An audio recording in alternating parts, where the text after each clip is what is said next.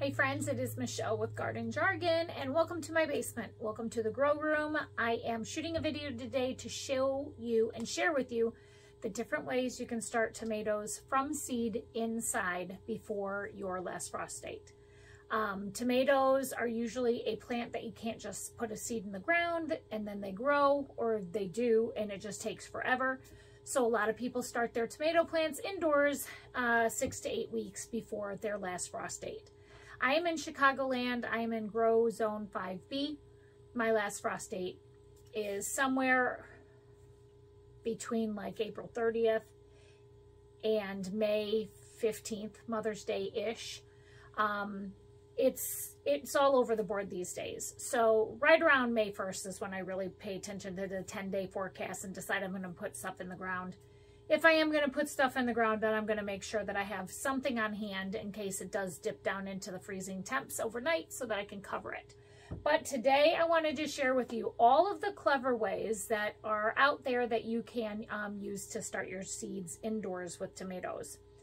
I learned this way, I think, my very first year starting seeds, and it worked really well. So I'm going to continue to do it because it continues to work really well.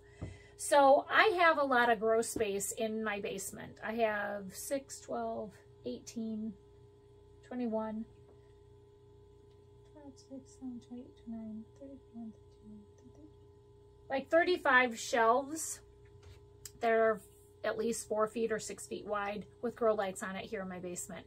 So I have a pretty big space to start seeds.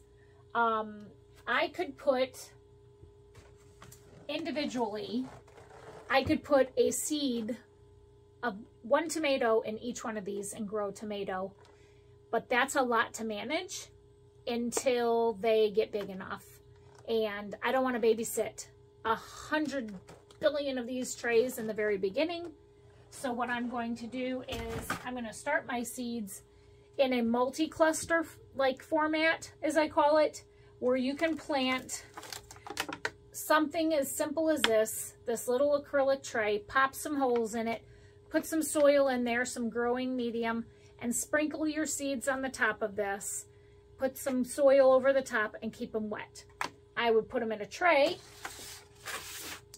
something like that, with no holes, so that I can take this out, pour some water in here, and let them sit in there and get watered from the bottom.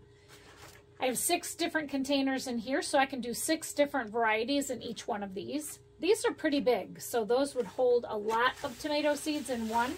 I could probably put 2 packs of tomatoes in one of these. These are something that you can't just, well, you probably can go out and buy them, but these came with a black bottom from Aldi. They came in a kit from Aldi, and then these sat right on top as your little humidity dome.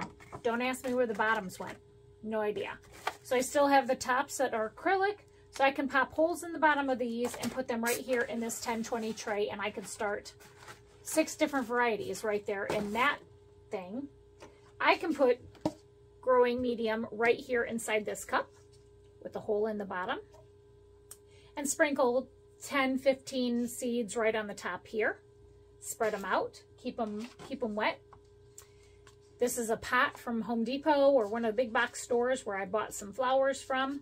You can fill that with soil and sprinkle a bunch of seeds in there. Same variety, of course. I just purchased these this year so that I could grow in like more of a professional type of structure with some potting cups. I bought the sleeves. These are called the sleeves. It's full of holes, but it's just easier to pick these up and take them out if you have to clean out your tray. But I can also start tons of seeds. Like I can put 1 whole variety of packet of seeds right in here as well.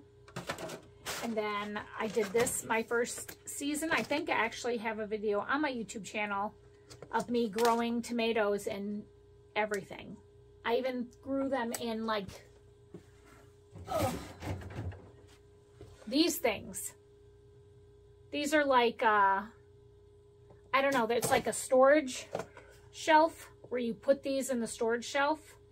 And it literally was on the side of the road. The shelf was broken, but all these containers were laying there. So I grabbed a bunch of them. I drilled holes in the bottom, and I started seeds in these things before. So I have rotisserie chicken lids and the bases. Here's the bases. So if you just have one little shelf in your kitchen, you can fill this with soil. They have holes in the bottom already for steam to escape out of here. You can pop a couple more holes in there. This is leak proof. You can put that right there by your window and grow tomatoes in there, which I have done before in the past. I actually had one of those under bed storage Rubbermaid totes that are only about that deep. And I had, I think, 6 of these in there. And I put it on the bottom shelf in my grow room, really close to the light. And I just poured water into that Rubbermaid tote and it watered all of these. That was nice. This is for spinach. I ate all the spinach. I could pop holes in the bottom of this thing, put halfway full of soil, sprinkle all my seeds on the top of that, and put that in some type of container that can catch the water. I've tried the lid before as a catch tray for the water, but I water them so much that the water just overflowed and made a huge mess. So I have to put it in a 10-20 tray like that. So these work really well also. So that's what I'm going to do. I have so many tomatoes to start. Tonight I'm going to shoot a video on planting all of my paste tomatoes. And I'm going to count how many paste tomato packets I have. I grow 5 large gardens. 90% of that garden space is for the food pantries here in my community. And a lot of these paste tomatoes are more shelf stable when it comes to harvesting.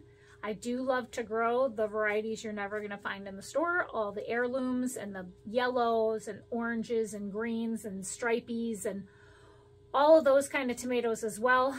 But those are a little bit more difficult to handle and shelf to get to the food pantries. They pop open really easy. People in the food pantries look at a yellow tomato and think, oh, it's not ripe, I'm going to leave it. And they look for the red ones because they don't know that there's options out there. So my goal this year with my food pantries is to make a huge poster that has the different varieties of tomatoes listed on there that I am growing. So people do know that those tomatoes are ripe and they are very tasty, to give them a little treat.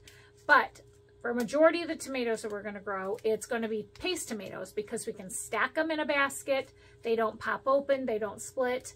And then these are tomatoes that are mostly readily available in our grocery stores that people use anyway. So these are some ways that I start my tomatoes indoors. I'm not certain how you start your tomatoes indoors, but why don't you share with me in the comments below what you do for your tomatoes. Do you start them in big containers like this? Big containers like this? Are you more of a spinach container person or solo cups? Please let me know what you guys do. But this is how I start my tomatoes, and I'll do it every year until the day I die, just like this. So I wanted to share this information with you today. It is March 10th today. It is about 12 weeks out from our last frost date. I do have greenhouses that I'll be moving all this stuff outside in about, I don't know, 4 or 5 weeks.